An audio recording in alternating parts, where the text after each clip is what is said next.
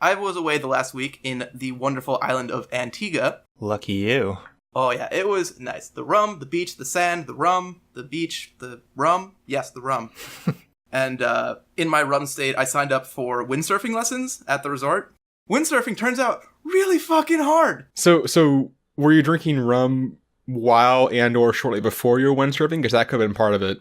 No, actually, because it was like 9:15 in the morning. I mean, that's never stopped. Which is a whole 45 minutes before I start drinking like 15 mimosas that day. That makes more sense. The bar by the beach only opens at 10, so you have to wait. Got it. But, so, windsurfing, imagine, you have the board, and you have the sail on top. Mm-hmm. What I didn't know going in is that the sail is not fixed. The sail right at the bottom is a completely floppy hinge. Oh. So you thought he was like on a pole or something, just sticking up all the time? Yeah, and you kind of just like move it and balance on the whole thing. But no, it's like there's just a surfboard with like a sail kind of attached to it. And the first step, which is the hardest, is just getting the sail out of the water because it's sitting there like with a pool of water on top of it. And you have to pull it out of the water while balancing on the board. How big is the sail? The sail is like 8 feet tall. It's like maybe 12 feet tall. Like, it's a good bit taller than you are. 8 feet tall and 12 feet tall are two very different things. It's somewhere in that range. Again, I had a lot of rum that week. Okay. Probably somewhere around 10.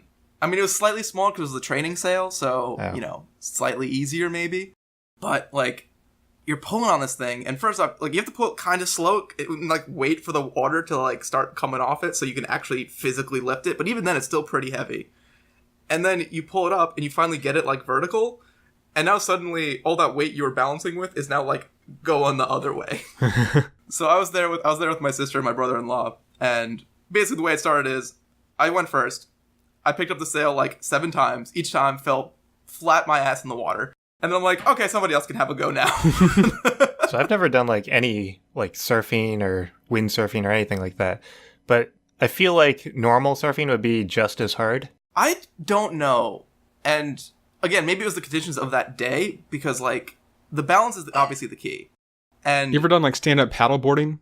Because then you get some of the balance part without any of the, like, being hit by a wave part. And it's still very hard. No, paddleboarding by comparison is easy as fuck. Oh, no, I'm sure. But, like, even that is... Whenever I see someone paddleboarding, they're always just, like, super relaxed. Yeah. They're just, like, standing there on calm waters. Well, they look calm, but they are stiff as a board, because if you go anywhere besides that calm, relaxed position, you're in the water. Yeah. But eventually I got on the windsurfing thing and went, like, 2 miles an hour, and technically did the thing. I turned around once, which was impressive, and I count that as a complete success.